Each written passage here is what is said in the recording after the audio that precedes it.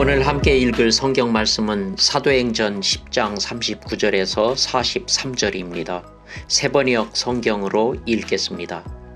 우리는 예수께서 유대지방과 예루살렘에서 행하신 모든 일의 증인입니다.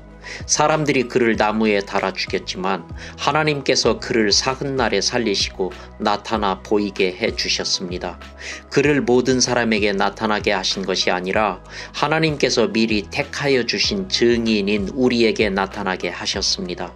그가 죽은 사람들 가운데서 살아나신 뒤에 우리는 그와 함께 먹기도 하고 마시기도 하였습니다. 이 예수께서 우리에게 명하시기를 하나님께서 자기를 살아있는 사람들과 죽은 사람들의 심판자로 정하신 것을 사람들에게 선포하고 증언하라고 하셨습니다.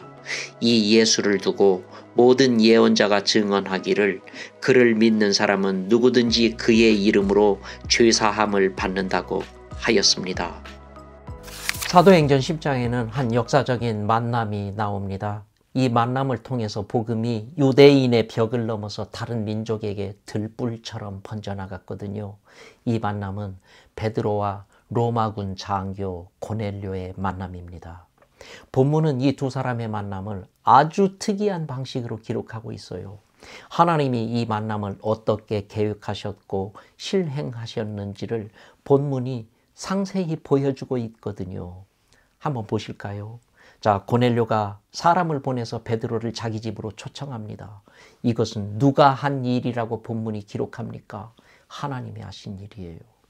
또 베드로가 사람들을 따라서 고넬료의 집으로 갑니다. 이것도 누가 한 일입니까? 하나님이 하신 일이에요. 뿐만 아니라 베드로가 고넬료의 집 식구들에게 복음을 전하게 된 것도 하나님이 하신 일이에요. 베드로의 설교를 들은 고넬료 집의 식구들에게 성령이 내려오신 것도 하나님이 하신 일이에요. 모든 것을 하나님이 계획하시고 하나님이 이루셨어요. 사도행전 10장이 그것을 상세히 밝히고 있단 말입니다. 그때까지만 해도 사람들은 이방인은 하나님의 백성이 될 수 없다, 이렇게 생각했거든요. 베드로도 그렇게 생각했어요. 그러나 그는 기도하다가 하나님의 음성을 들었습니다. 하나님이 깨끗하게 하신 것을 네가 왜 속되다고 하느냐? 이 말씀이 무엇을 의미하는지 처음에 베드로는 몰랐어요. 그러나 얼마 후 그는 깨달았습니다. 내가 다른 민족을 나의 자녀 삼기로 결정했는데 네가 왜 그들을 거부하느냐? 내가 다른 민족을 깨끗하다고 인정하는데 네가 왜 그들을 더럽다고 하느냐? 하나님의 뜻을 깨달은 베드로가 이렇게 말합니다. 내가 참으로 깨달았다. 하나님은 사람의 외모를 보지 않고 하나님을 경외하며 의를 행하는 사람은 어떤 나라 사람들이든지 다 받으시는 줄 내가 깨달았다. 베드로는 즉시 거기 모여있던 고넬료의 집 사람들에게 예수님을 전하기 시작합니다. 예수님이 어떤 일을 하셨는지, 예수님이 어떻게 죽으시고 부활하셨는지, 앞으로 예수님이 다시 오실 때 어떤 일을 하실 것인지, 이 내용으로 베드로가 설교했을 때 거기 있던 사람들에게 성령이 내려오셨어요. 그걸 보면서 베드로는 다시 깨닫는 겁니다. 아, 모든 것을 하나님이 하시는구나. 여기서 우리는 한 가지 사실을 깨닫습니다. 복음 전파라는 것은 하나님이 하시는 하나님의 일이라는 거예요. 본문에서 베드로가 자신의 계획을 가지고 자신의 의지를 따라서 한 일은 아무것도 없습니다. 베드로는 하나님의 인도하심을 따라서 그냥 따라갔을 뿐이에요. 순종했을 뿐이에요. 하지만 여기서 우리가 기억해야 할 중요한 사실 하나가 있습니다. 그것은 모든 것을 하나님이 하셨지만 하나님은 베드로라는 사람을 통해서 그 일을 하셨다는 겁니다. 보십시오. 부활하신 예수님은 모든 사람들 앞에 자신의 모습을 나타내 보이지 않으셨어요. 대신 택하신 일부의 사람들에게만 예수님은 나타나셨어요. 왜 그랬을까요? 예수님은 그들을 자신의 증인으로 세우고 그 증인들을 통해서 복음을 전하게 하려고 하셨던 거예요. 이것이 예수님의 전도 계획이었어요. 이것을 알았던 베드로가 오늘 본문 42절에서도 이렇게 말하잖아요. 우리에게 명하사 백성에게 전도하되 증언하게 하셨다. 여러분, 이 말씀을 베드로와 고넬료의 상황에 한번 적용해 보십시다. 예수님은 베드로에게 명하셔서 고넬료의 식구들에게 전도하게 하시고 예수님의 부활을 증언하게 하셨던 겁니다. 물론 마음만 먹으셨다면 예수님은 고넬료에게 직접 복음을 전하실 수도 있었겠지요. 얼마든지 예수님은 그럴 수 있는 분이니까요. 하지만 예수님은 그렇게 하지 않으셨어요. 대신 베드로를 보내셔서 그 일을 하게 하셨잖아요.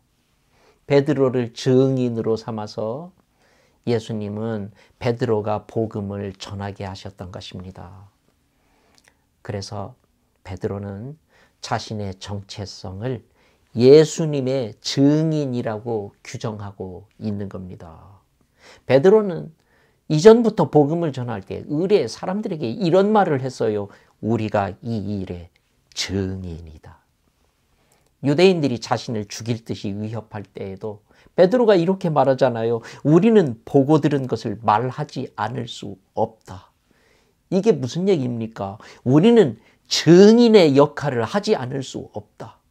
이 말이 아닙니까? 본문에서도 베드로는 이렇게 말하거든요. 우리는 예수님이 행하신 모든 일의 증인이다. 베드로는 확실한 자기 정체성을 가지고 있었어요.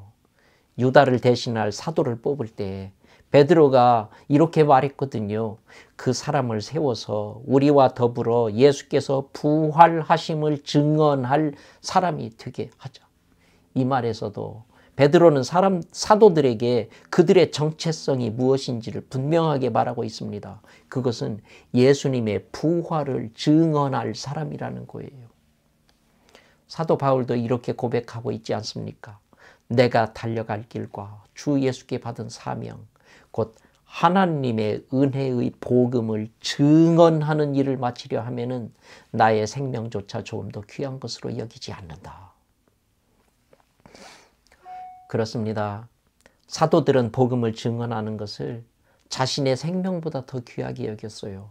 그래서 그들은 증인으로 살다가 증인으로 죽었어요.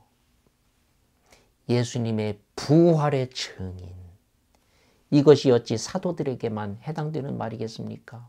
이건 모든 크리스천의 정체성을 규정하는 말 아닙니까? 사망의 길을 가고 있던 우리를 예수님이 십자가에서 구원해 내셨어요. 그리고 우리에게 부활의 소망을 주셨어요. 그러면 이 엄청난 은혜를 받은 우리는 어떻게 살아야 합니까? 이 질문에 성경이 이렇게 답하고 있거든요. 예수님의 증인으로 살아라. 예수님은 우리를 증인으로 삼기를 원하신단 말입니다. 당신은 누구입니까? 사람들이 당신에게 이렇게 물었을 때 당신은 뭐라고 대답하시겠습니까? 나는 예수님의 증인입니다. 이렇게 대답할 수 있는 사람은 복된 사람입니다. 사람의 말과 행동은 그 사람이 어떤 사람인가를 보여줍니다. 석가모니처럼 말하고 행동하는 사람은 석가모니의 증인입니다. 모하메드처럼 말하고 행동하는 사람은 모하메드의 증인입니다. 예수님처럼 말하고 행동하는 사람은 예수님의 증인입니다. 당신은 예수님의 증인입니까?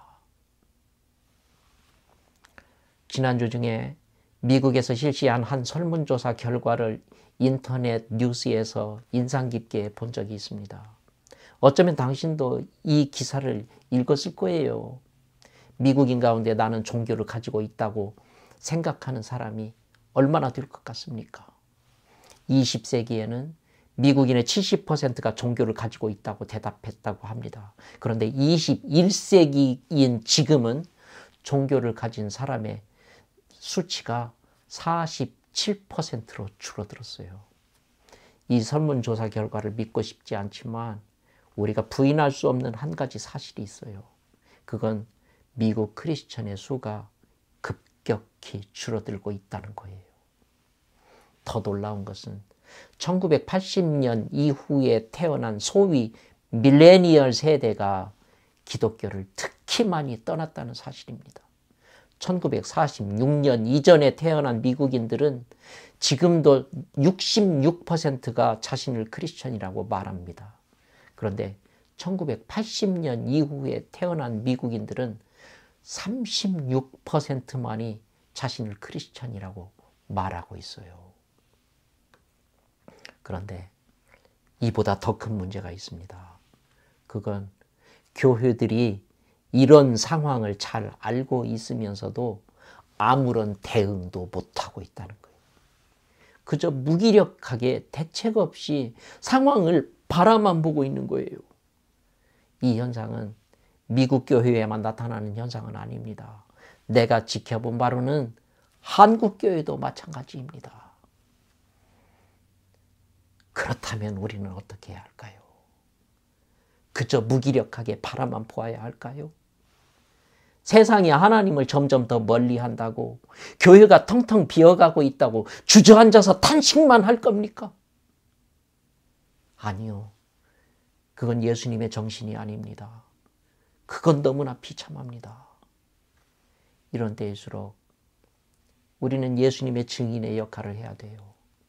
십자가와 부활을 증언해야 돼요. 베드로처럼 바울처럼 증언해야 돼요. 사람들이 받아들이든지 받아들이지 않든지 상관없이 우리는 증언해야 돼요. 이것이 예수님의 정신입니다.